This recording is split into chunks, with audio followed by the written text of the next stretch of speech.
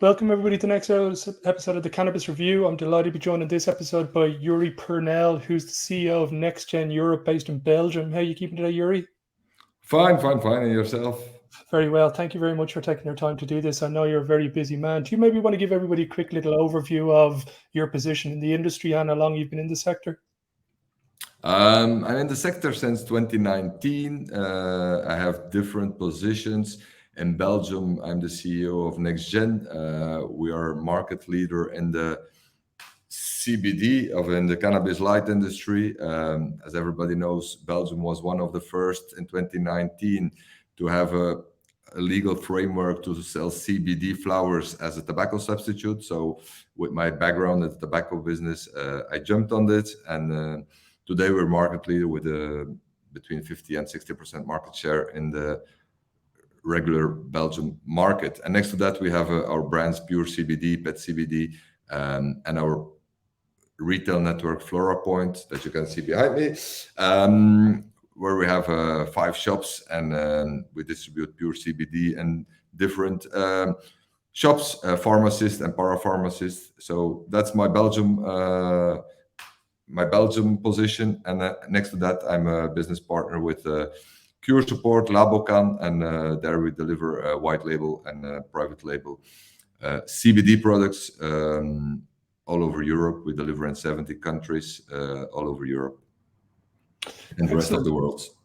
First topic I'm going to jump onto is an overview of Belgium. Can you maybe break down for everybody what are the exact regulations in Belgium? Is there a thriving market for the flower under 0.2%? Is there a big medical program? What's the political outlook like in Belgium?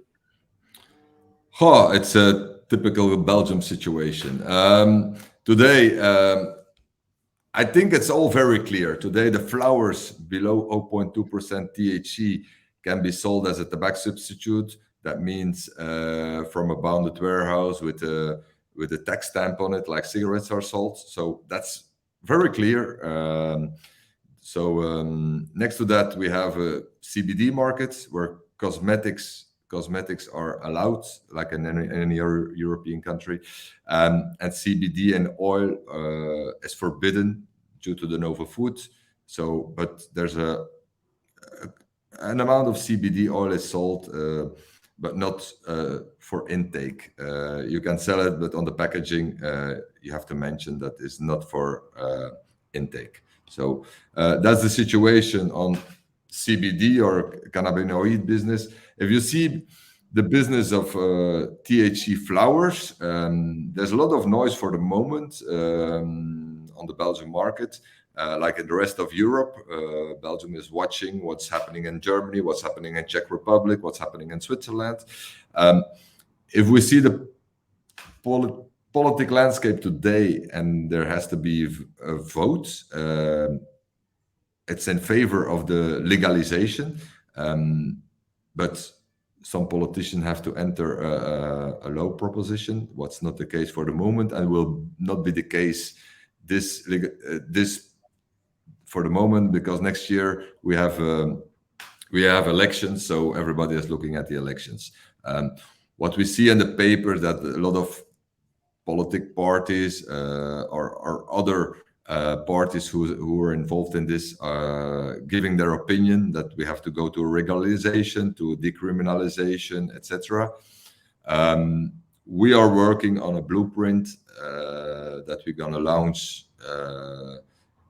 next month with the European Cannabis Summit in Belgium. We're going to launch also our blueprint, how we see it, and a full closed system that has fully control of the government. So we believe that there's a market for regularization of the THC business, and we have therefore we made a blueprint that we're going to propose and launch in October. And when it comes to the medical side of the market, is there a thriving medical cannabis industry, or is it limited by the amount of patients that can access it? In Belgium, you can buy CBD as a magistral, but it's not a big market. Next to it, THC flowers we don't have medical THC flowers. In my opinion, there's not such a thing as medical and recreational. It's all the same flower. It's all the same plant. The only thing it's cultivated differently and more strict if it's medical. But in Belgium, the pharmacists are not selling flowers as it's not legal to sell flowers, THC flowers above 0.3% THC, even medical. So it isn't existing in Belgium on the Belgian market. And when it comes to the political overview, is there one dominant party in Belgium, or as you said, with the elections next year, is it going to be a coalition of parties? And if so, how many of those parties are pro-cannabis legalization? As you know, Belgium is a very there's almost 3 countries in one country, so we have 2 countries in one country. The southern part, the French-speaking part, is run by the socialists. They're in favor of legalization. Last week, also, the minister did an announcement that he wants to legalize cannabis, THC cannabis in Belgium. On the Flemish part, we have the socialists who are pro legalization. We have the liberals who are pro. And then we have N-VA and Vlaams Blok, who are right and extreme right parties who are against it. So everything will depend on the elections next year. But it's up to the commerce, to us, to come with a plan that nobody. The market is there, so I think we're obliged to regulate it. Legalization, I don't like to use the word legalization, because in my eyes it's legal. The market is there. I think in Belgium we have about 6 tons of illegal sales by month. If we do a comparison with the Dutch market, I think Belgium 6 tons every month. Again, we have 6 tons of illegal THC sold. And 80% of the sales is to non-problematic users. So I don't see why we cannot regulate this market, because now it's illegal and it's but there's nobody does something against it. If we can focus on the 80% of the non-problematic users, to bring them in a framework where they can buy controlled THC with labo tests, etc. on it, I think everybody's a winner in this situation. And do you see in Belgium that everybody's kind of waiting for one of the other European countries, whether it be Germany or the Czech Republic or Switzerland, as you mentioned? Is everybody kind of just keeping a step back and seeing what comes out first? Or do you think they're actually very driven to create their own policy and framework? I think, yes, you have to look and you have to be aware what's happening in the other countries. On the other hand, every country has its own background and way of handling the situation and narcotics, etc. I strongly believe that Belgium doesn't have to look at what they didn't do with CBD, the legalization with flowers to put it as a tobacco substitute. That's the first country in Europe who did it in 2019, followed by Luxembourg. Now Luxembourg is going from 0.2 or 0.3 THC to 1% THC, like the Czech Republic. Belgium is keeping 0.2. So I don't believe Belgium has to look. They have to look, but they have to draw their own legal framework on regularization of THC. Moving on now to the NexGen story, you'd mentioned that you come from a tobacco background and you saw the opportunity here. You guys also successfully had some investment in 2021. Do you want to maybe give everybody a quick little run through of the story of NexGen from the start to where you guys are now as one of the dominant players in Europe? So NexGen was founded in June 2019 due to the legalization of the legal framework of selling CBD flowers or cannabis light flowers are below 0.2% as a tobacco substitute. I used to work for Imperial Tobacco and Gallagher in the tobacco industry, so I I know how to handle bounded warehouses, tax stamps, etc. We jumped on this business. We get supplied by this DLH.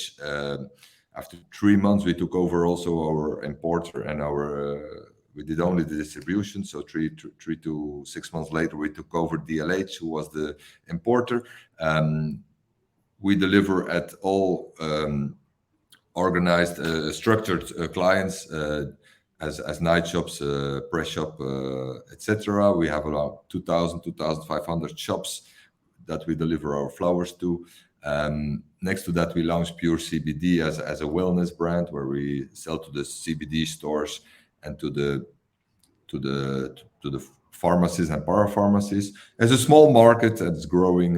It's growing a little by little, and people get more and more aware of the benefits of using CBD or cannabinoids in their healthy lifestyle. We took over 1 point of sales, Flora Point. In the meantime, we have 5 of them because that gives us access to the consumer to have data and insights, what we don't have in this market. And also we want to be in pole position if legalization happening, if we can sell through point of sales that we already have our network. That's one of the main reasons of Flora Point, and to have a fully integrated structure. We've been sold. I've sold my shares to Always Pure Organics in 21. Always Pure Organic was a Manchester-based company, white label, private label. Due to the Brexit, etc., they were looking for a European food ground. They took us over, but the deal didn't happen. And the story is that today APO is in bankruptcy. And I bought back the company. I took back the company in May 2022. So we restructured it, and today the company is on the one hand in hands of myself, and on the other hand in hands of Labocan, Cure Support. We're the majority shareholders of the company. You guys look to be very well positioned for the coming years for a lot of M&A activity that may happen across the brands and the distribution and the retail side of things. Are you hopeful that we're going to see a cannabis industry over the next 5 years in Europe? Yeah, what we saw in 2021 till the end of 21, a lot of M&A activities happening, a lot of crazy prices were paid for CBD businesses. I think we're today in a normal situation where M&A activities are happening with companies with a positive EBITDA, with brands, with a vision, with a mission, and not anymore on dreams. And so, yeah, I believe that again there are two axes in this business. There's one is the smoking axe, where I believe tobacco companies can be very interested in jumping on this business. Some of them already jumped in or are closely looking at jumping into this business. And on the other hand, we have the CBD business, who is 50 shades of gray in the wellness sector. Big pharmacy, big pharma companies are looking at it. Some of them are want to take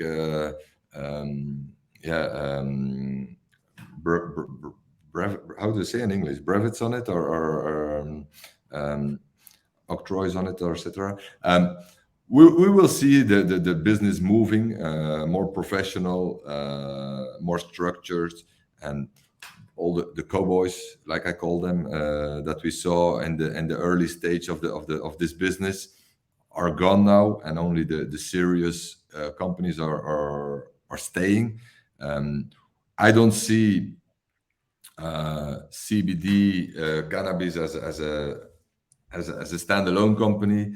We are seeing it as a part of the wellness lifestyle brands, fast-moving consumer brands, and that's how we treat how our strategy our strategy is based on that. We're launching. We're having lifestyle brands with our company.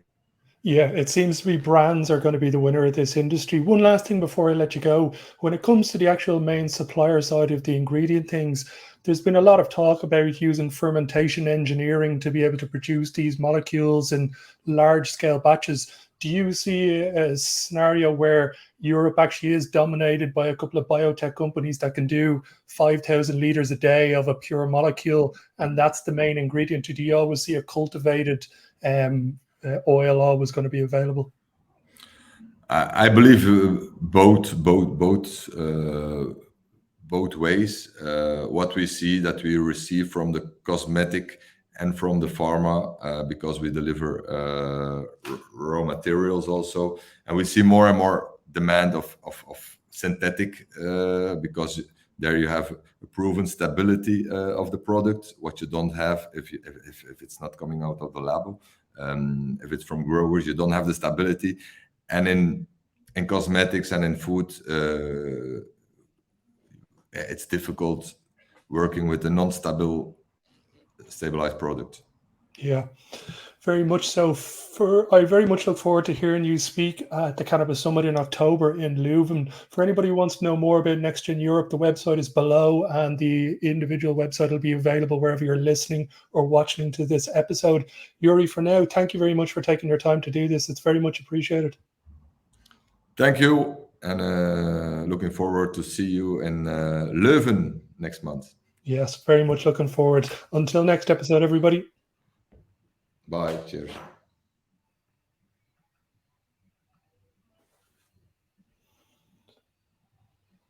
Oh, happy days, Joeri. It's just finished up recording there. Yeah. Okay. Happy.